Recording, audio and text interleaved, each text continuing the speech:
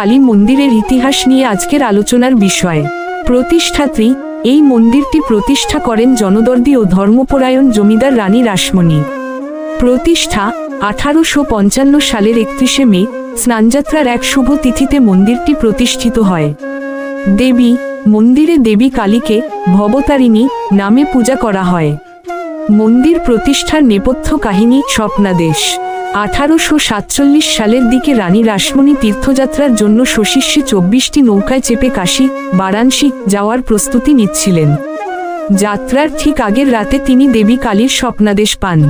দেবী তাকে বলেন যে কাশী যাওয়ার প্রয়োজন নেই, বরং গঙ্গা নদীর পূর্বকূলে হুগলি নদীর তীরে তার একটি সুন্দর মন্দির স্থাপন করে সেখানে মায়ের পূজা ও অন্নভোগের ব্যবস্থা করতে।